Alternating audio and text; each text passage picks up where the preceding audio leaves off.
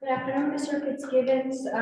We are here for the town hall informational meeting at 5:30. So we do have a couple of members from the public. I don't know if you want to wait a couple of minutes to see if we get more attendance. However you want to proceed, I'm fine. Thank you. Just give it a minute. Are you going to be like going through the different ones or just certain ones? Yeah, we'll be going over all of the propositions. Okay. I think what we can do is, just since we don't have a lot of people, we can just go ahead and if you guys have questions during the slides, we'll take the questions. Just let us know. Okay, but I did like one, just there was questions. Sure. But I didn't read mine. I did read my ballot. So. Would you like one? Lease? We have some. I'll get one. Okay.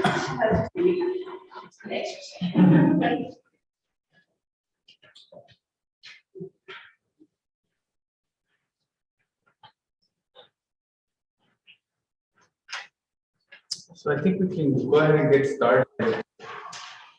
Okay. Okay, the only thing I think what I'd like to do is just remind everybody that this is a town hall to discuss the special election on May 17th.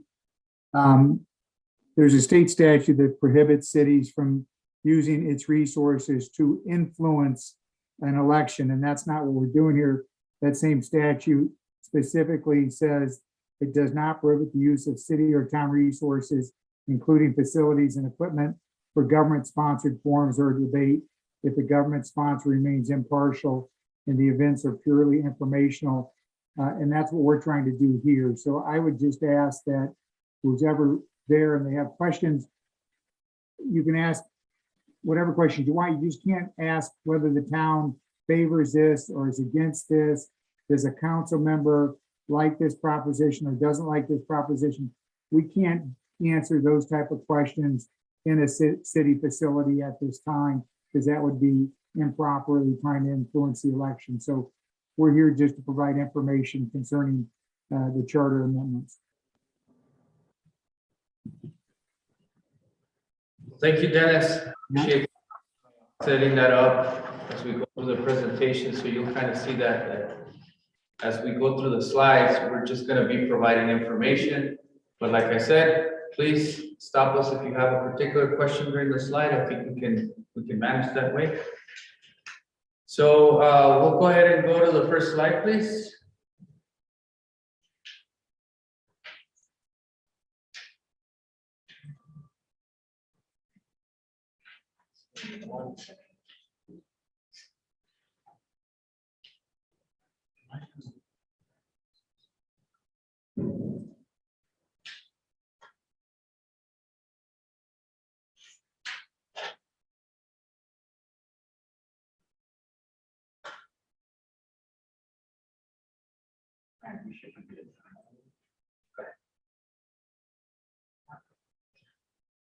It's not live for me today. Is it on? Yeah.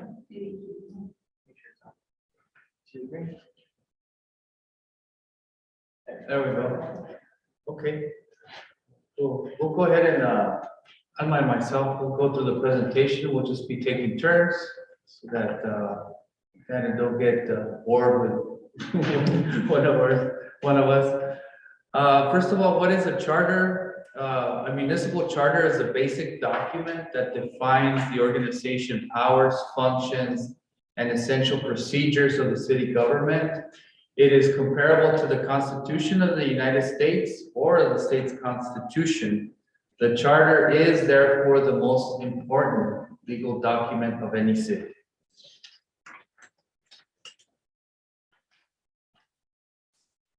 Why does a city charter need revision? Occasionally, a city will seek to revise its city charter. There are several reasons to do so. Since the charter affects everything in the city government or what the city government does, it provides the basis for most municipal regulatory functions and for the delivery of municipal services. allows the city to reevaluate present operations, determine changing needs, and bring forth updates to board for voter approval. The City of Douglas Charter Article 14, Section 8 states the following. The Charter Review Committee, a citizens committee, shall be appointed by the mayor and council every six years and charged with the responsibility of reviewing the charter and recommending proposed revisions to the mayor and council if any changes are deemed necessary.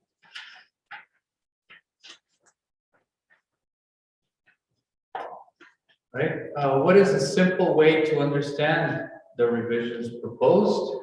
The city has categorized the ballot propositions into general themes for easier understanding.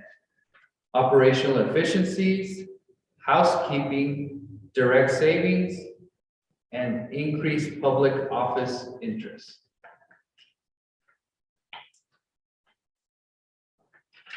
Organizational efficiencies. In general, the city seeks to find a right balance in preserving public interest, public participation, and the use of technology to be more expeditious in various types of policy-related functions. The public process and the voice of the community is held at the core of all policy issues.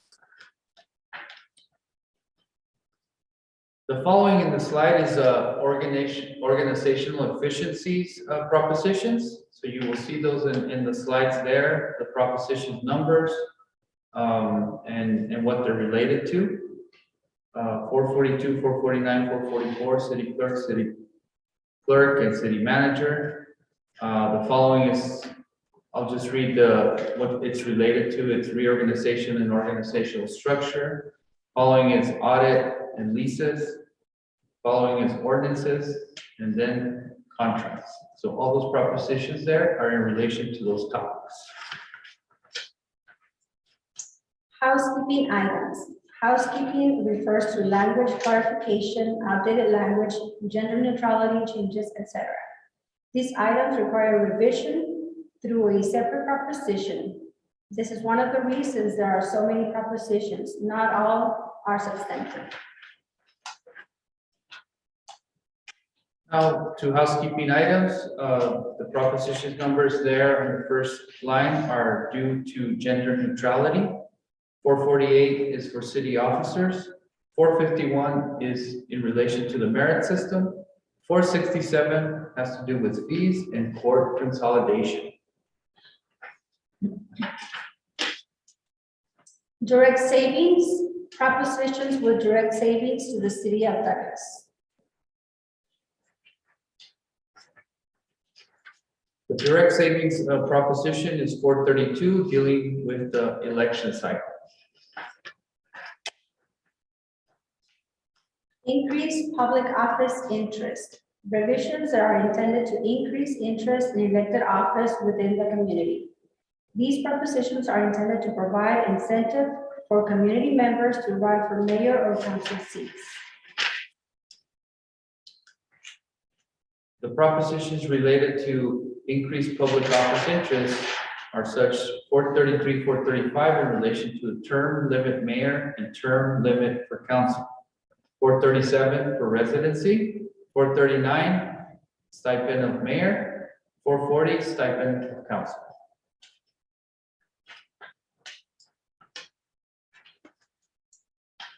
Gender neutrality. The general theme, it will be a housekeeping item. For example, for simplification, the following proposition numbers revise language to be gender neutral. For example, councilmen to councilpersons serving, and the propositions for gender neutrality are 434, 436, 438, 441, 443, 445, 450, and 453. The propositions explained. The remaining slides are going to provide the following for each proposition, excluding gender neutral provisions. The proposition number, the title, the general theme, and a brief purpose or explanation. And there's some additional slides included for more detailed information. Proposition 432, the election cycle. The general theme is a direct savings. Changes the current City of Douglas election cycle to align with the State of Arizona election cycle. This provides for more efficiency in elections and yields a savings of $4.50 per voter. Currently, municipal elections cost the City of Douglas $5.25 per voter, and going to the state cycle will cost only 75 cents per voter.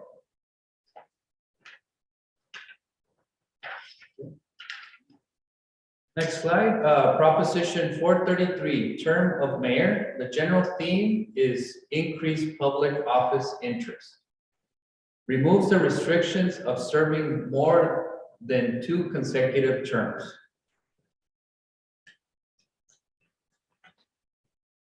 Okay.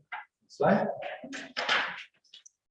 Proposition 435, term of council persons. General theme, increased public office interest. Removes the restriction of serving more than 2 consecutive terms. At the request of the City Charter Committee, the data on the next slide was compiled as part of the review process.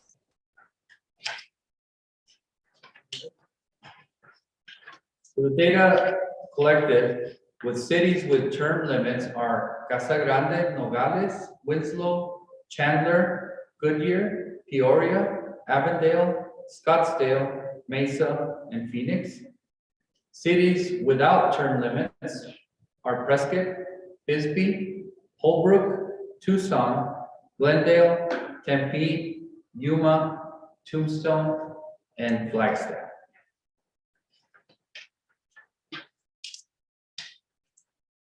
Proposition 437, Councilperson Residency Requirement. General theme, increased public office interest. Lowers the residency requirement in Douglas to run as a councilperson from 3 to 2 years.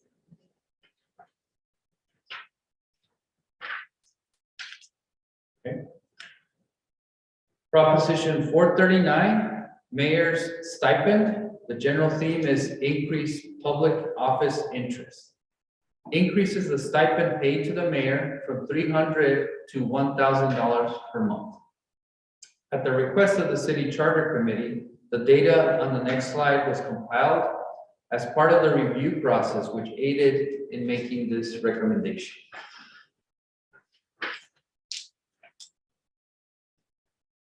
Comparative mayor's salaries for Douglas, it's $3,600. And we'll go over the cities: Safford, Winslow, Sedona, Cholo, Chino Valley, Cottonwood, Coolidge, Somerton, Payson, Eloy, Nogales, San Luis, and Florence. And the average was $9,199. Average excluding Nogales, $9,916. And you can see the monthly for Douglas, 300, Safford 1,000, Winslow 400, Sedona 700, Cholo it's 800, Chino Valley it's 500, Cottonwood 750, Coolidge 600, Somerton 700, Payson 900, Eloy 1,000, Nogales 50, San Luis 1,616, and Florence $950.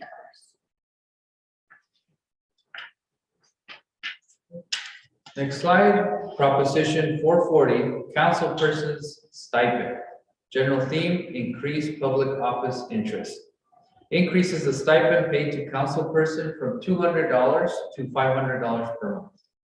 At the request of the City Charter Committee, the data on the next slide was compiled as part of the review process, which aided in making this recommendation. Comparative council salaries for Douglas is $2,400, monthly $200. The city of Safford, $7,200, Winslow, $2,400, it's an annual. Sedona, $6,000, Cholo, $6,000, Chino Valley, $3,000, Cottonwood, $6,000, Coolidge, $4,800, Somerton, $6,000, Payson, $6,000, Eloy, $9,600, Nogales 300, San Luis 9,965, Florence 7,800. On an average, it will be $5,774. At the average, also excluding Nogales, it would be 6,230. Yes. May I ask, why was Nogales excluded? It was excluded because they were they were included and then excluded.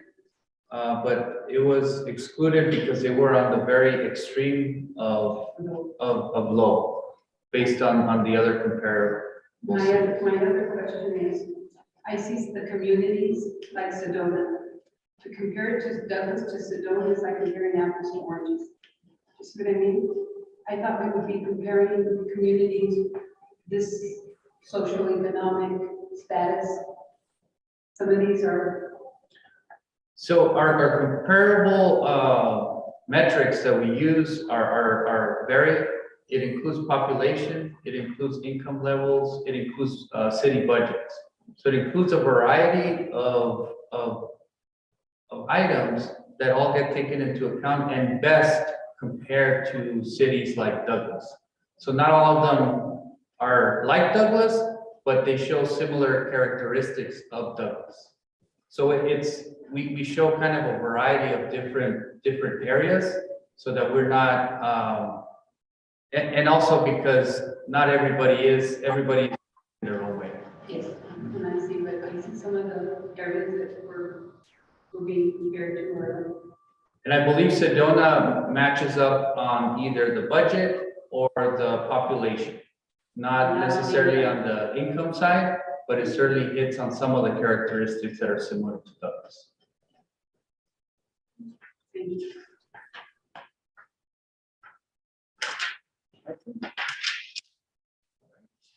Next slide is Proposition 442, positions within the city manager's power of appointment and removal, general theme, operational efficiency, and housekeeping. Includes city clerk among the positions that report to the city manager. Currently, the city clerk reports to mayor and council. Removes the mention of city physician and council. These positions were removed from the city charter during the previous election as these positions were not used by the city.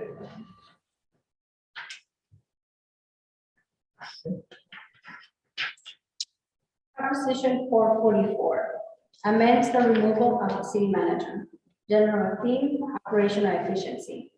Adds language to reflect the removal procedure of the city manager takes place at a special or regular meeting or as outlined in the city manager employment agreement. I didn't understand this completely.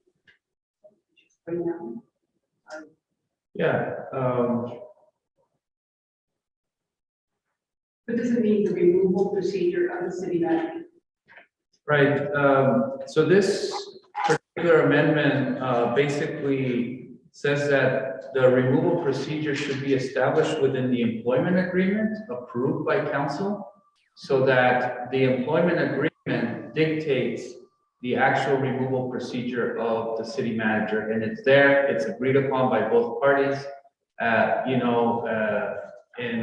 that's more of a clarification there. But it says there or as outlined in the agreement, so what would the I think the removal procedures in the city code deal with a vote of 5 council members, so that's still there. But it's exactly how Mr. Pedrosa said. More city managers now have employment agreements, so we were just trying to bring that also into the charter, is that it would be based on what's in the charter plus what's in their employment agreement. So if I could read what, or say what Dennis said, basically the charter dictates that the removal needs to include council votes. Council votes of, I believe you said 5 or more council members, Dennis? Yes, that's correct. I think it takes a super majority, 5 out of 7 council members. Okay, that's the language that it's adding. No, that exists already in the city charter. Right, what is it adding? It's, They said it's adding language, so we're. How is it changing? Dennis, I believe what it's changing is that we're adding or as outlined in the city manager employment agreement, correct? Right, and I think there might have been, we added something about that it took place at a regular council meeting. But I'm not sure. I'm trying to look at an earlier version of it right now. But it's clearly the employment agreement was added. I know that. So if I, Dennis, Yeah, thank you. Mhm. according to the publicity pamphlet, let me just read what we have here as far as our removal procedure. The city manager or the council may remove the manager at any time only by 5/7 vote of its members. And this was added at a special or regular council meeting. If requested, the council shall grant the city manager. The manager also was changed to say manager instead of him, but we changed the gender neutrality, at a public hearing within 30 days following notice of removal. So the only thing that was added to that specific section was at a special or regular council meeting, and the term him to manager. Okay, thank you for that, Karen. Thank you for the clarification. You're welcome. All right. Good.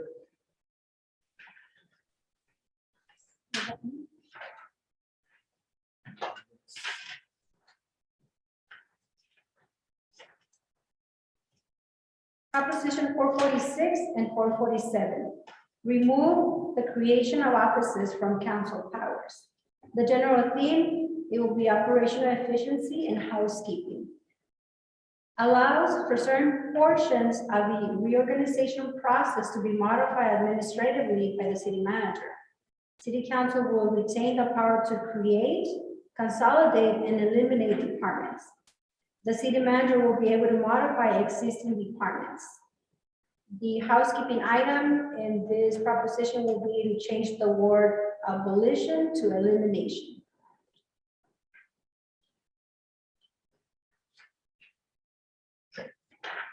Good. Proposition 448, determine qualifications of appointed officials. General theme is housekeeping, clarifies language and defines appointed officials as city manager, city attorney, city treasurer, and city magistrate. So just the language, it just changes the what? No. It says clarifies language, but it doesn't say what language is clarified, so that's. Let's look at the pamphlet there.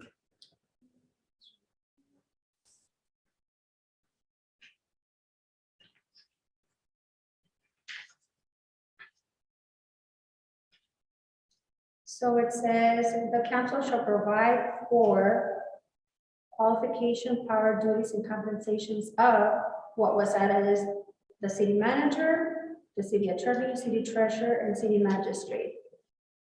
Or the number and a compensation schedule for all. That was the only language that was added to that section. So what does it mean? I don't really Is the understand. city clerk being removed from there? The city clerk is being removed from there. Is it because the city clerk is now falling in another category? Is that what? That's I correct. understand correctly? If it's approved by the voters, then it will be under, Right. The removed city from manager. that. Correct. Okay, so that's why you're moving it from here to go to the. Correct. So Yes. those two propositions are related. Yes, Yeah. okay, thank you.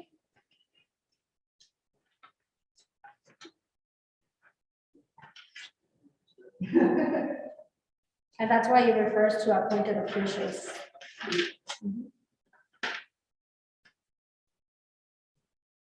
Your turn. My turn? Okay.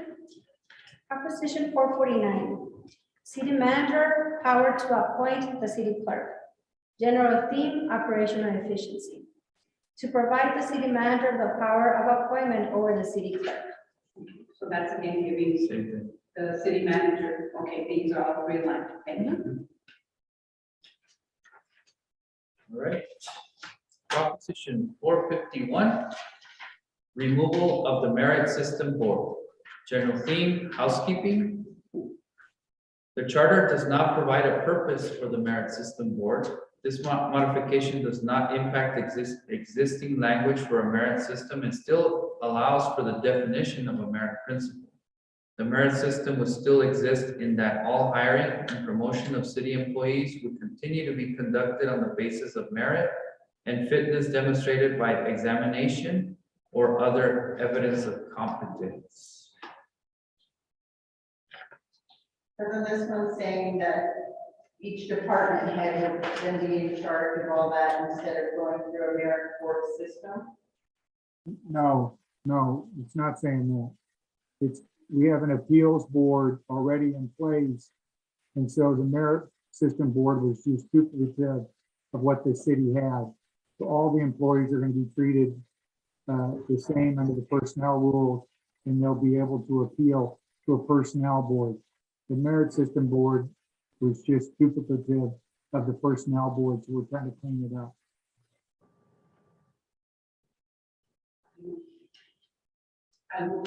We're sorry, but maybe his is vulnerable. Can you guys hear him in the back? David, see the camera. So section 6B, which is the merit system to be established, that's what it says, it's being removed.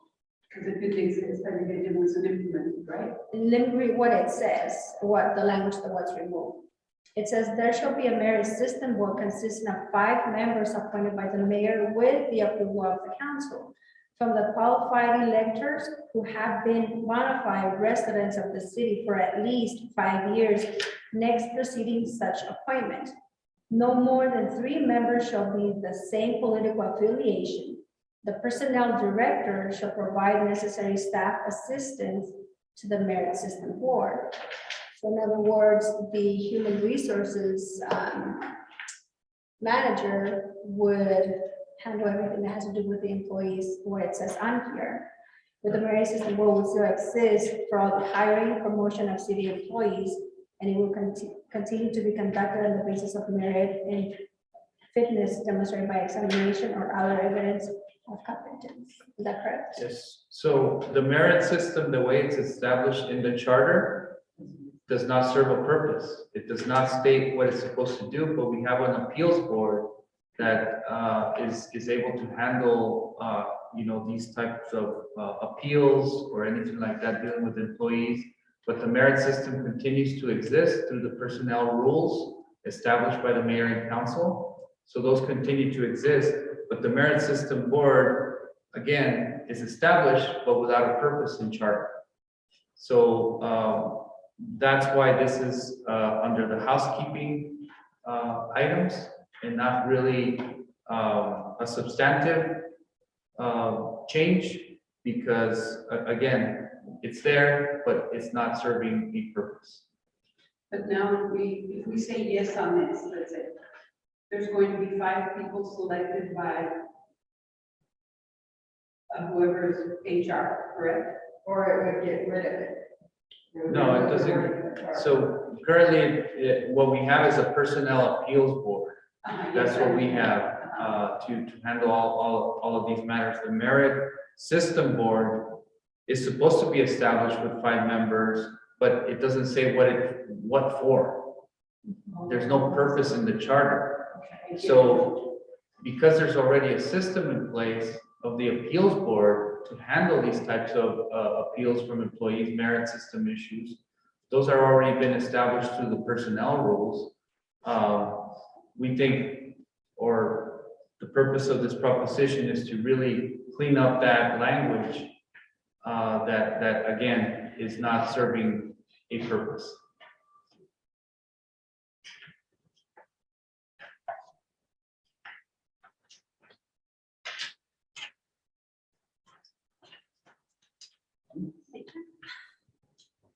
Proposition 452, appointment of independent accountant or company. The general theme, operational efficiency.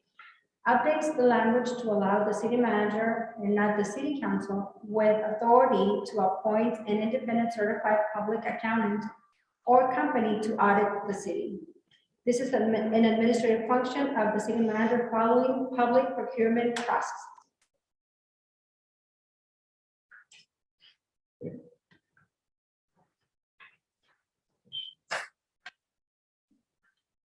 Propositions 454, 455, and 456, alterations of city departments without ordinance.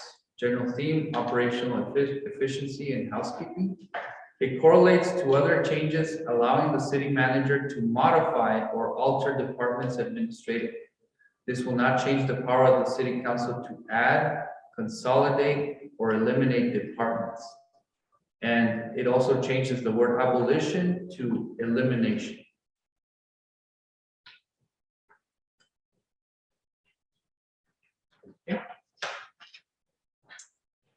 Proposition 457, lease of property.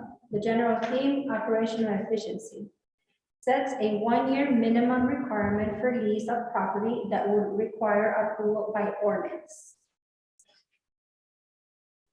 What property is the city leasing at this time? What is it right now in the 1-year minimum requirement?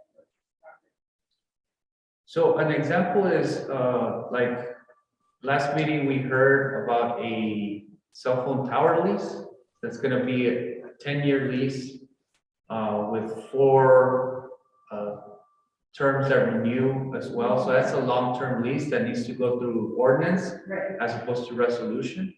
So anything that's below a year that we're renting a small space, an example of a small space that we're renting is an area by the schools, so a parking lot there for the contractors to work out of. It's an 8-month lease that they're requesting for that space, and that if this would pass, that type of lease could go by resolution as opposed to ordinance. Okay, that's So what I thought. ordinance right now takes 4 months, and it's an 8-month lease. Yeah. You can see how that can kind of not work efficiently.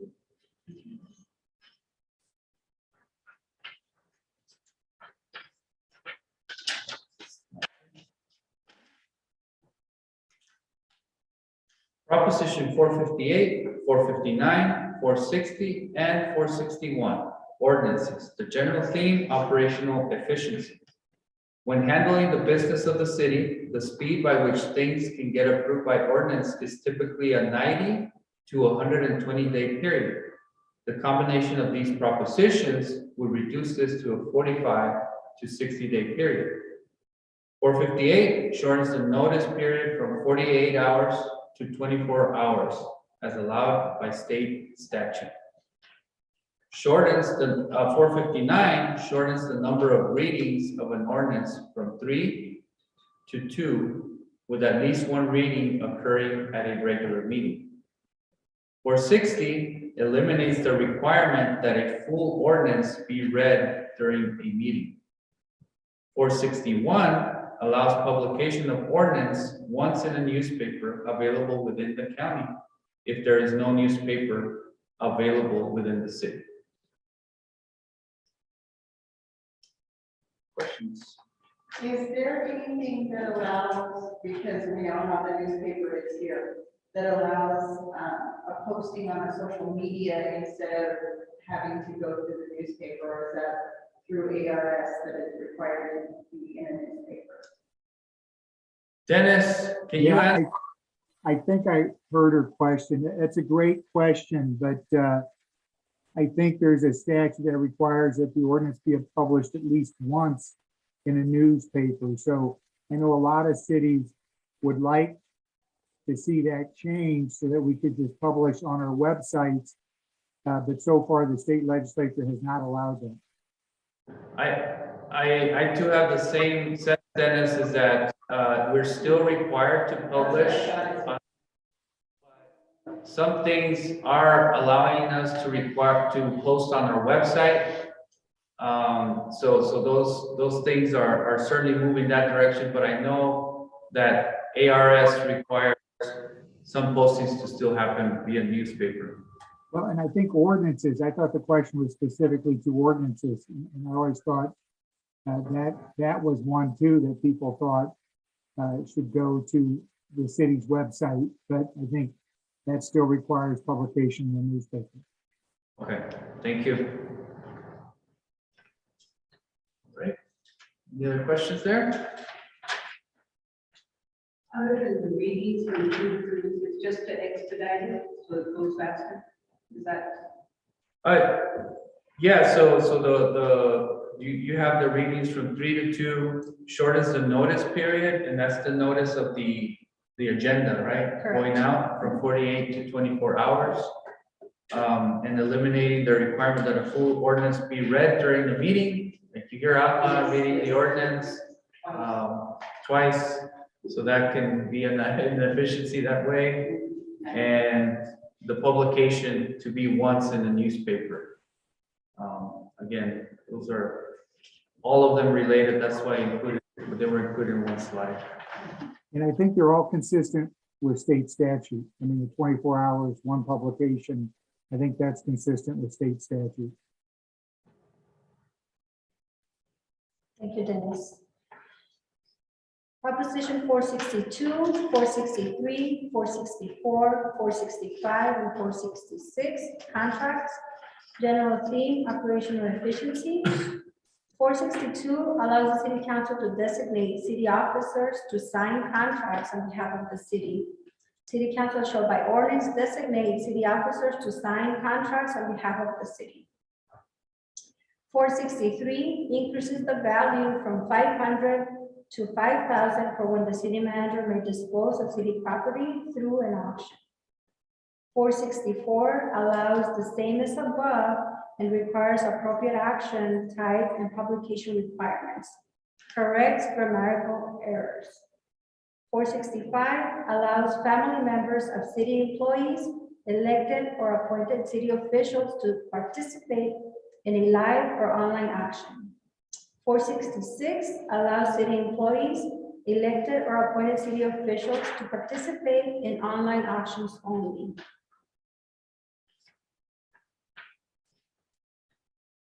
Questions? Questions? Move on to Proposition 467, designate officer to receive fees collected by the city magistrate. General theme, housekeeping. Through the municipal court consolidation with the county court, fines, penalties, and fees are not collected by the county. So with that one there, the county now collects all fees and then doles them out to the city? Or they just keep all of it? In a way, so the way that this court consolidation agreement works is that the courts charges the city expenses for litigation, defense, court administrative costs, and then there's the revenue side. So those get netted out, and whatever typically is the net, we typically owe money. We pay that amount, but those fees are applied towards our expenses. And then the net goes to payment that the city needs to make. The clarification here is that in the charter, it says that the city collects those fees, and that is no longer the case. It's now the responsibility of the county to do. And if that agreement with the county gets changed at any time though, if we remove the wording, then we're back to. We're back, correct. Being kind of closer. Yeah, we would have to change that back. We Yeah. don't expect that to happen. We don't expect the court to come back to the city, but you're right, that language would. Long-term, anything's possible. Correct. But right now, as it sits, we're really not operating the way that the charter says to operate, and there's really no way of us being able to do that. So for anyone that is connected through the live stream, if you have your publicity pamphlet, starting with page 3, it will give you the information on each proposition as far as the text that was deleted by a strike-through line, and whatever was added, it's in caps. So that would be a way to understand what was changed on each proposition. So if the ballot is a little confusing, go refer to your publicity pamphlet, and that will provide you all the details. Any other questions? No, I think you did a very good job, thank you. Thank you for your questions. Thank you and have a good evening. Thank you, Dennis, for all your Thank you, help. guys. Have a nice evening. Thank you, you Thank too. you. Take care. Bye-bye. I wanted to ask you,